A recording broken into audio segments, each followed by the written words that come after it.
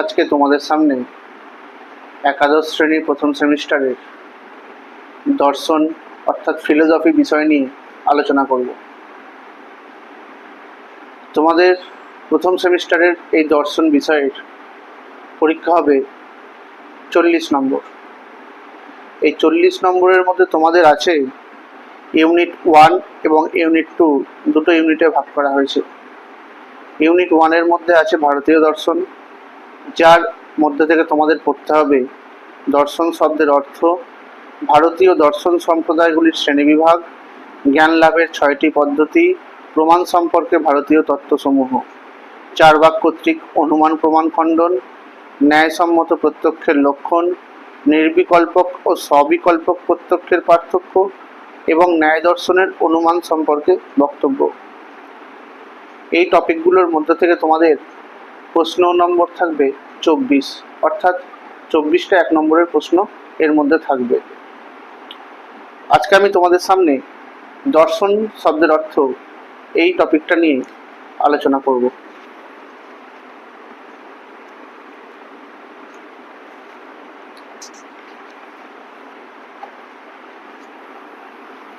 দর্শন বলতে বোঝায় অজানাকে জানার আর অচেনাকে চেনার যে অদম্য কৌতূহল, সেই কৌতূহল থেকেই জন্ম হয়েছে দর্শনের।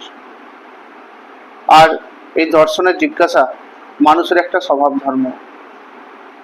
আমরা জানি মানুষের মধ্যে দুটি রূপ দেখতে পাওয়া যায়, একটা অভ্যন্তরীণ রূপ, একটা বাহ্যিক রূপ। এই বাহ্যিক রূপটা কিন্তু পরিবর্তনশীল, কিন্তু অভ্যন্তরীণ রূপ পরিবর্তনশীল নয়।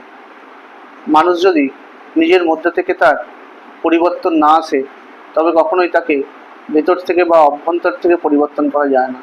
সে হয়তো বাহ্যিকভাবে সাময়িক বা ক্ষণিকালের জন্য পরিবর্তন হতে পারে। তাই দর্শন তাকেই বলা হয় যিনি সত্যদ্রষ্টা বা তত্ত্বজ্ঞানী। আর তাই বলা হয় দর্শন হলো সত্যের সাক্ষাৎ উপলব্ধি। আর এই দর্শন হচ্ছে বিশ্বজগৎ অর্থাৎ পৃথিবী তথা বিশ্ব চরাচরের যথার্থ জ্ঞান এবং তত্ত্ব। তাই দর্শন শব্দের অর্থ বলা যায় সত্য দর্শন বা তত্ত্ব দর্শন। তাহলে দর্শন শব্দের ব্যুৎপত্তিগত অর্থ বলতে বোঝায় সত্য দর্শন বা তত্ত্ব দর্শন। যদিও দর্শনের ইংরাজি শব্দ ফিলোসফি, এই ফিলোসফি এবং দর্শন এই দুটি শব্দ কিন্তু সমার্থক নয়। ফিলোসফি শব্দের ব্যুৎপত্তিগত অর্থ হলো জ্ঞানের প্রতি অনুরাগ, লাভ অফ নলেজ। সংস্কৃত দৃশ ধাতু থেকে দর্শন শব্দের উৎপত্তি হয়েছে। দৃশ ধাতুর উত্তর অনট প্রত্যয় যোগ করে দর্শন শব্দটির উৎপত্তি হয়েছে, অর্থাৎ দৃশযুক্ত অনট সমান দর্শন। এই দৃশ ধাতুর বাংলা অর্থ হচ্ছে দেখা, আর ব্যুৎপত্তিগত অর্থে দর্শন কথার অর্থ হচ্ছে দেখা বা প্রত্যক্ষ করা। আর সাধারণ মানুষ দর্শন বলতে বোঝেন ইন্দ্রিয় প্রত্যক্ষকে, অর্থাৎ তারা চোখের সামনে যা দেখেন সেই বিষয়টাকে নিয়েই তারা আলোচনা করেন। ভারতীয় মতে এই দর্শন বলতে বোঝায় সত্য দর্শন বা তত্ত্ব দর্শনকে। যে সত্য বা তত্ত্ব সারা বিশ্ব ব্রহ্মাণ্ডে বা পৃথিবীতে অন্তর্নিহিত রয়েছে তাকে দেখা বা উপলব্ধি করাকেই বলা হয় দর্শন। জগৎ ও জীবনের সত্যকে তথা তত্ত্বকে উপলব্ধি করাই হচ্ছে সত্য দর্শন। আর ভারতীয় দার্শনিকরা তত্ত্বজ্ঞানকেই বা তত্ত্বজ্ঞানকেই দর্শন বলেছেন। জগতের মূল সত্য কি, এইরূপ বিষয়ই আলোচনা করা হয় মূলত এই দর্শনে। আর দার্শনিকদের জিজ্ঞাসাকে বলা হয় তত্ত্ব জিজ্ঞাসা। এই তত্ত্ব বা সত্যের অনুসন্ধান বা জিজ্ঞাসাই হচ্ছে আমাদের দর্শনের মূল কথা। ভারতীয় দর্শনে তত্ত্ব কেবলমাত্র জ্ঞানের বিষয় নয়, তা হলো সাক্ষাৎ উপলব্ধির বিষয়।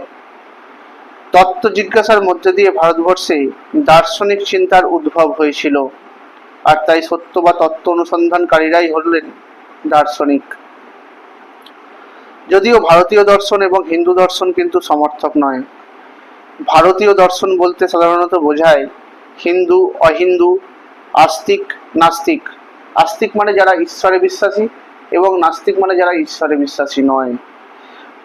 প্রাচীন, নবীন, আধ্যাত্মবাদী, জড়বাদী সকল দার্শনিকই এই সম্প্রদায়ের মধ্যে পড়েন। আর হিন্দু বলতে যদি ভৌগোলিক অর্থে ভারতীয় বোঝায়, তাহলে ভারতীয় দর্শনকে হিন্দু দর্শন বলা যেতে পারে। কিন্তু হিন্দু বলতে যদি বিশেষ এক ধর্ম সম্প্রদায়ের মানুষ, বিশেষ করে হিন্দু সম্প্রদায়কে বোঝায়, তাহলে তখন ভারতীয় দর্শনকে হিন্দু দর্শন বলা যায় না। মাধবাচার্যের সর্বদর্শন সংগ্রহ গ্রন্থ অনুসারে ভারতীয় দর্শন হলো ভারতীয়দের দর্শন। পাশ্চাত্য শব্দ ফিলোসফি, এই শব্দটাই ভারতবর্ষে দর্শন নামে পরিচিত। ফিলোসফি ও দর্শন উভয়েরই লক্ষ্য হচ্ছে সত্য অনুসন্ধান করা, কিন্তু ফিলোসফি এবং দর্শন উভয় সম্প্রদায়ের দৃষ্টিভঙ্গি কিন্তু এক নয়। এই ফিলোসফি কথার অর্থ হলো জ্ঞানাসক্তি, অর্থাৎ জ্ঞানের প্রতি আসক্তি, কিন্তু দর্শন কথার অর্থ তত্ত্বের উপলব্ধি। পাশ্চাত্য দর্শনের উৎপত্তি জাগতিক বস্তু বা ঘটনার বৈচিত্র্যজনিত বিস্ময়বোধ থেকে, কিন্তু ভারতীয় দর্শনের উৎপত্তি হয়েছিল ব্যবহারিক প্রয়োজনে। পাশ্চাত্য দর্শনের উদ্দেশ্য হলো বুদ্ধি বা জ্ঞান চর্চা, কিন্তু ভারতীয় দর্শনের উদ্দেশ্য হলো বুদ্ধি ছাড়াও মানব জীবনের যে অন্যান্য বৃত্তি আছে, অর্থাৎ আবেগ, নীতিবোধ, সৌন্দর্যের প্রতিবোধ, ধর্মীয় চেতনা ইত্যাদি, সেগুলির চর্চা করা এবং মানব সত্তার সামগ্রিক উন্নতি সাধন করা।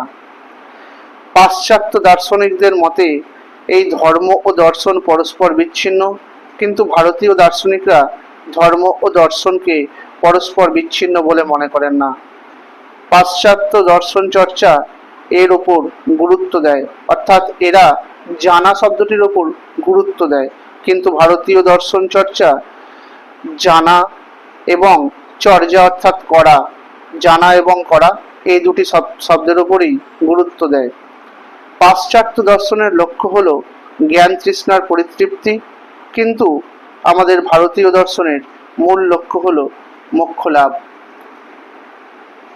আজকে তোমাদের সামনে আমি এইটুকু নিয়েই আলোচনা করলাম।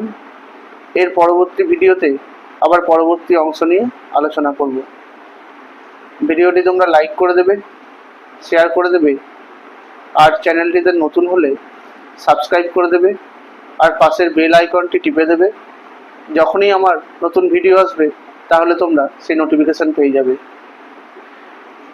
আর আমাকে ফেসবুক পেজেও ফলো করে দেবে, আর ইনস্টাগ্রামেও ফলো করে দেবে।